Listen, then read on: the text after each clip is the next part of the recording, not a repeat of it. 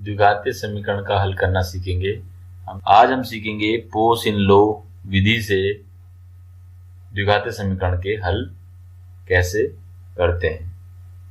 पोस-इन-लॉ एक अमेरिकन गणितज्ञ हैं, इन्होंने इस विधि की खोज की है। द्विघातीय समीकरण का मानक रूप जो है वो ax की घात 2 प्लस bx प्लस c बराबर 0 होता है, जहां a, b, c कोई भी वास्तविक संख्याएं होती हैं। और हमने ये भी सीखा हुआ है कि द्विघातीय समीकरण को किस तरह से लिखा जा सकता है अगर उसके रूट हमको पता हो। तो रूट यानी मूल पता हो तो कैसे लिखते हैं, एक्स स्क्वायर माइनस यहाँ पे मूलों का योग इंटू एक्स प्लस मूलों का गुणन। तो ये हमको पता है और या पता होना चाहिए। तो इस समीकरण को अगर मैं लिखूं इस रूप में तो ये ऐसे होगी, X square plus B upon A X plus C upon A बराबर 0।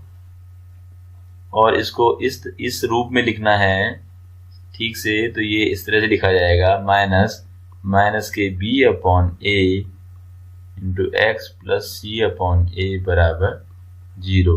तो इस रूप को देख के आपको याद आ गया होगा कि द्विघातीय समीकरण में मूलों का योग क्या होता है, माइनस बी अपॉन ए, और मूलों का गुणन होता है सी अपॉन ए। तो ए बी सी क्रम से क्या क्या है, a जो है x की घात 2 का गुणांक होता है, b x का गुणांक होता है और c अचर पर। तो हमको ये याद रहना चाहिए, यानी कि मानक रूप जो है वो ये है, ये हमको याद है। तो आसानी से हम पोस-इन-लॉ विधि से इन समीकरणों को हल कर सकते हैं। तो यहाँ पे 4 प्रश्न हैं। X square plus 11x plus 30 बराबर 0। तो मैं इसको लिखूंगा एक्स स्क्वायर माइनस के 11x प्लस 30 बराबर 0। अब मुझे दिखाई दे रहा है कि माइनस 11 है, मूलों का योग है, और 30 जो है वो मूलों का गुणन। यहाँ लिख सकता हूं मैं इस तरफ माइनस 11 और ये 30। तो जब हम मूल निकालेंगे, 2 मूल आएंगे, तो मैं इसको 2 बराबर हिस्सों में कर लेता हूं, माइनस के 11/2 माइनस के 11/2, 2 आधे आधे कर दिए। इनको जोड़ूंगा तो वही 11 आ जाएगा, यानी कि मूलों का योग, ये एक मूल ये है, एक मूल ये है, दोनों का योग माइनस 11 हो जाएगा।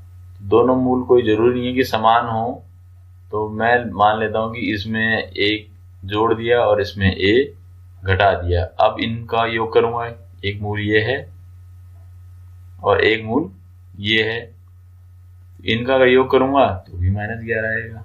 और ये एक मूल ये माइनस 11/2 प्लस a है, दूसरा माइनस 11/2 माइनस a है। तो इनका गुणन कितना होना चाहिए, मूलों के गुणन के बराबर, जो कि 30 है।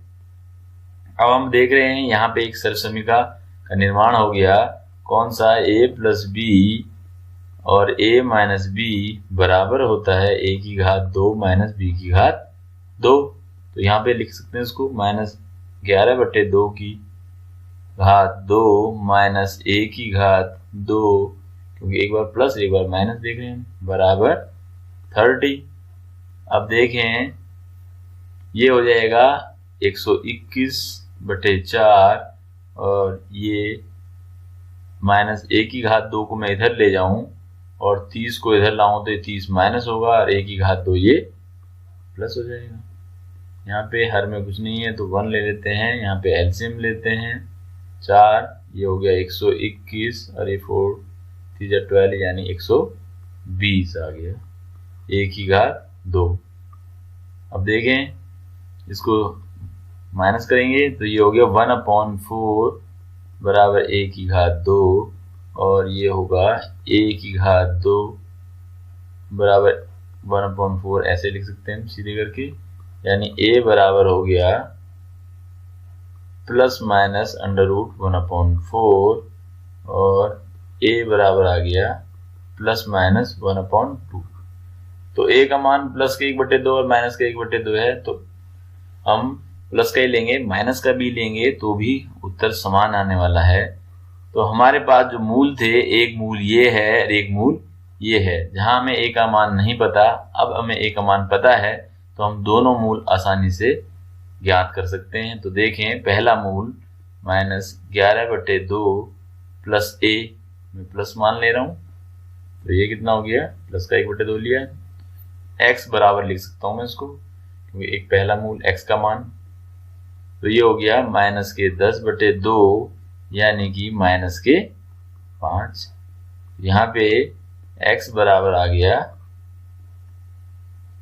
-5। दूसरा x बराबर दूसरा -11/2 -1/2, क्योंकि a का मान मैंने यहाँ पे 1/2 रखा है, यहाँ पे 1/2 रखूंगा, तो ये हो जाएगा -12/2 दैट इज इक्वल टू -6, और ये हो गया x बराबर -6। अगर मैं अब a का मान माइनस लूं तो यहाँ पे माइनस होगा पहले वाले में, तो यहाँ मान 6 आ जाएगा माइनस के, और यहाँ पर ये माइनस माइनस, क्योंकि इसमें a का मान यहाँ पे देखें -1/2 रखूंगा तो ये प्लस हो जाएगा। तो प्लस होने पर अब ये वाला मान जो है नीचे वाला -5 होगा, तो माइनस वाला मान रखने की आवश्यकता नहीं है, a की प्लस की जो आएगा a का मान वही रखें। तो इस तरह से हमें एक दोनों जो रूट हैं वो आसानी से मिल गए। अगर ये द्विघातीय बहुपद है तो देखें x बराबर -5 है, तो इसको कैसे लिख सकते हैं, x -5 इधर लिया है तो ये हो गया प्लस का 5, तो ये एक इसका गुणनखंड आ जाएगा अगर ये क्या द्विघातीय बहुपद हो, द्विघातीय समीकरण ना हो करके। और इसी तरह से यहाँ पे भी x ये 6 रह जाएगा तो प्लस के 6। तो अगर हमें गुणनखंड ज्ञात करने हैं तो गुणनखंड होंगे x + 5 और x + 6 पहले द्विघातीय समीकरण के। इस तरह से दूसरा सवाल भी कर सकते हैं हम। देखें 15x² 2 + 2x - 8 = 0 है, तो इसमें हम 15 से भाग कर लें पहले, तो ये हो जाएगा x² + 2/15x - 8/15 = 0। 15 से भाग कर दिया है, और फिर ये लिखा जा सकता है x² - के 2/15 x - 8/15 = 0। तो अब इससे फिर से तुलना करें तो देखें -b/a यानी कि ये कितना हो गया, के 2/15। तो मूलों का योग के 2/15 है और मूलों का गुण के 8/15 है। तो फिर से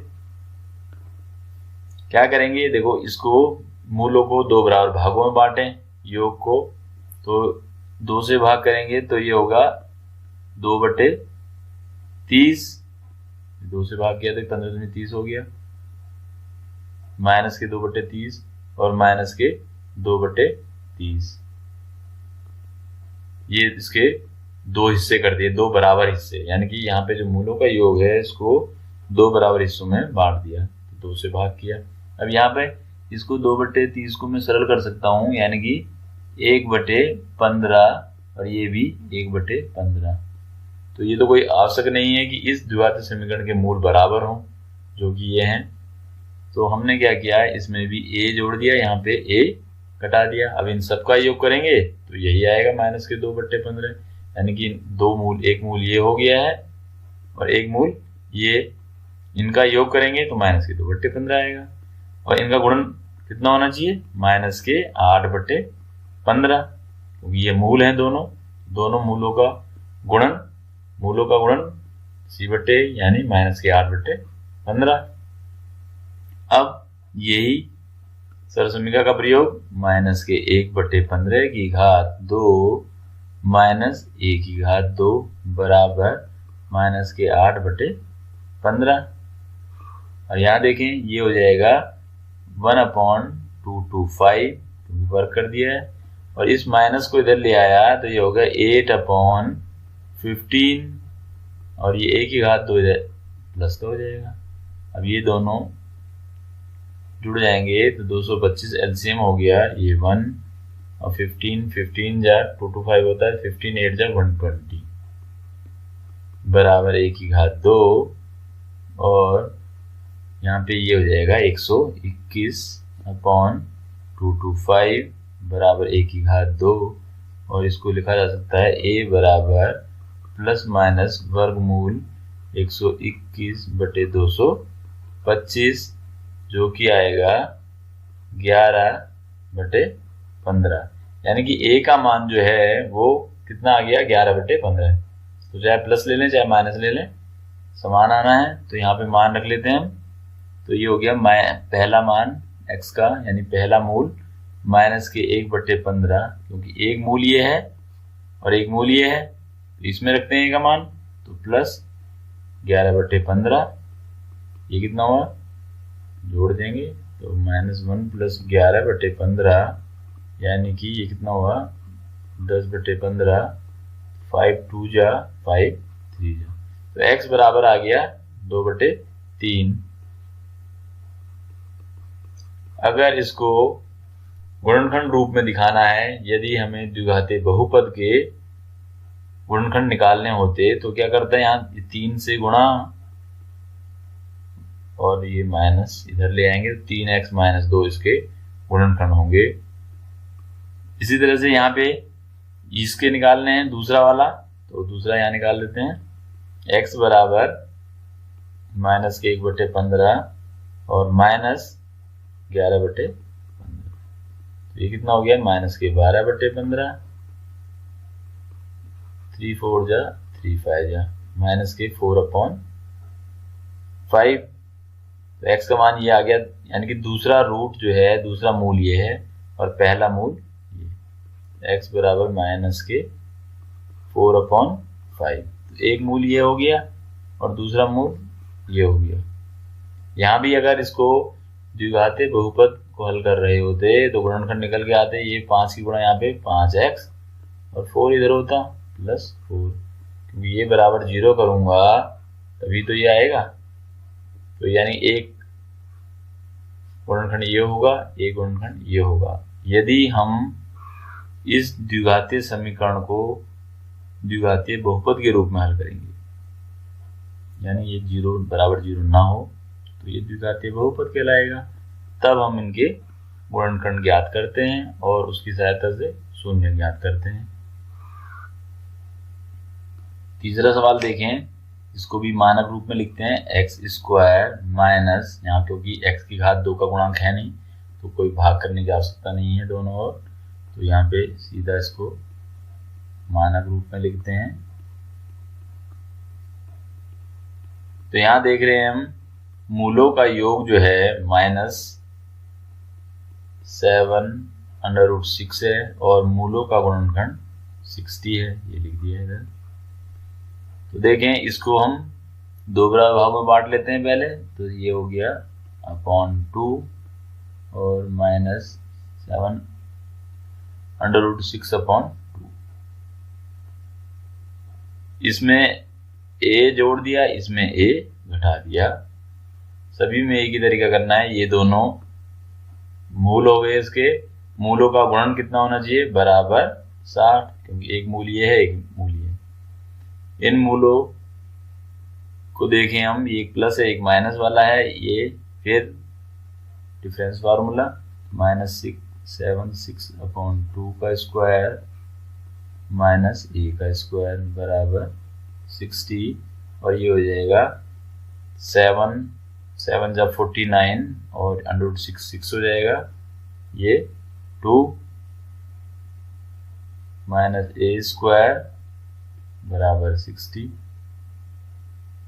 और इसको हम सरल करें, ये यहाँ पे 2, ये भी 4 होगा, 94/4 -60 इधर आ गया, ये हो गया a², और अब यहाँ पे एलसीएम 4 होगा, इसकी मल्टीप्लाई यहाँ पे 294 माइनस 240।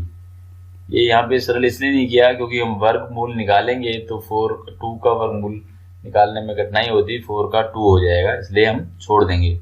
तो ध्यान रखेंगे जहाँ पूर्ण वर्ग संख्याएं दिखाई दे रही हों हमको, वहां पर हम सरल ना करें, उनको रहने दें।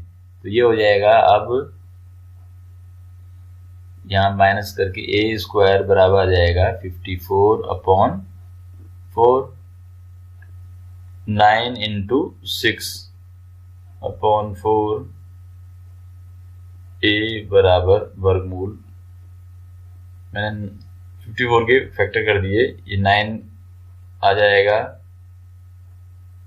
3 बाहर, √6 अंदर रह गया और 4 का 2, तो ये प्लस माइनस में होगा।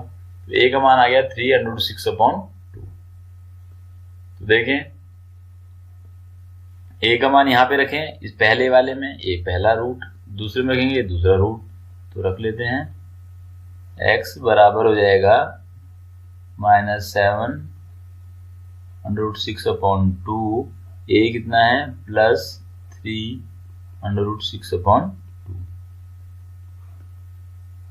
तो ये हर समान है तो इनको ऐसे ही जोड़ देते हैं, -7√6 + 3√6/2, ये हो जाएगा -4√6/2, ये आ गया -2√6। तो एक रूट ये आ गया इसका, और दूसरा माइनस रखेंगे ए का मानक, -7√6/2 -3√6/2, ये इनको जोड़ देंगे तो ये माइनस हो जाएंगे, तो ये होगा माइनस के 10√6/2, और ये भाग करके आ गया 5√6। तो इस तरह से आसानी से हम इनके गुणनखंड कर सकते हैं और रूट निकाल सकते हैं। लास्ट 4th क्वेश्चन देखते हैं। इस विधि से हम कॉम्प्लेक्स रूट भी फाइंड कर सकते हैं आसानी से। योग ये क्या है, मूलों का गुणन। तो मूलों को योग यानी कि 2 मूलों से ये बना है, तो हम इनको 2 हिस्से कर दिए बराबर, √3/2 √3/2। इन दोनों को जोड़ेंगे, मूलों का योग यही आ जाएगा। अब मैं इसमें ए जोड़ रहा हूँ, ए घटा रहा हूँ, फिर ये एक मूल ये हो गया, एक मूल ये हो गया, इनकी गुणा करूंगा तो मूलों का योग कितना होना चाहिए, -6। तो यहाँ लिख सकते हैं, यहाँ मूलों का योग √3 है, मूलों का गुणन -6 है। अब देखें ये फिर 2 वर्गों के अंतर का सूत्र बन गया है, तो √3/2 का स्क्वायर -a का स्क्वायर बराबर -6, ये हो जाएगा 3/4, -6 जाएगा, ये प्लस का 6 हो गया बराबर 1/2। और फिर यहाँ पे नीचे कुछ नहीं है हर में, तो 1 LCM 4 हो गया, ये 3 + 24 हो जाएगा, a स्क्वायर, यानी कि ये हो गया 27/4 बराबर a स्क्वायर, और इसको हम लिख सकते हैं a बराबर वर्गमूल प्लस माइनस में 27/4, और ये आ जाएगा ±3√3/2, क्योंकि 27 के गुणनखंड करेंगे 3 × 3 × 3, तो एक जोड़ा बाहर आ गया, ये आ गया। तो अब हम a के मान इस मूलों में, एक मूल ये है, एक मूल ये है, तो x बराबर क्या हो गया, √3/2, a का मान कितना है +3√3/2, माइनस भी रखेंगे तब भी वही दोनों मान आने वाले हैं, मैं प्लस रख के ही कर रहा हूँ। तो देखें ये कितना हो गया, समान है हर, तो सीधे से जोड़ देते हैं, तो 3 और 1 4, √3/2 यानी कि 2√3, तो एक मूल ये आ गया। और x बराबर, एक बार अब माइनस करें यहाँ पे a को, तो √3/2 माइनस 3√3/2, तो ये माइनस हो जाएगा, तो ये 2√3/2 दैट इज इक्वल टू -√3। तो ये द्विघातीय समीकरण के दोनों मूल आ गए, इनके मान आ गए। अगर ये द्विघातीय बहुपद होता तो तब इसके गुणनखंड किस तरह से होते, x माइनस 2√3, क्योंकि x बराबर ये है तो इसको उधर ले जाएंगे तो माइनस में ये दिखाएगा, और बराबर 0 करेंगे तो फिर यही माना जाएगा। और ऐसे ही यहाँ पे x प्लस √3, तो ये द्विघातीय बहुपद होता ये समीकरण, तो हमारे गुणनखंड ये आते, एक ये और एक, इन दोनों के गुणा के रूप में हम दिखाते। तो इस तरह से आप पोस्ट-इनलॉ विधि से, पोस्ट-इनलॉ मेथड से आसानी से द्विघातीय समीकरणों के मूल ज्ञात कर सकते हैं या द्विघातीय बहुपद के शून्य ज्ञात कर सकते हैं।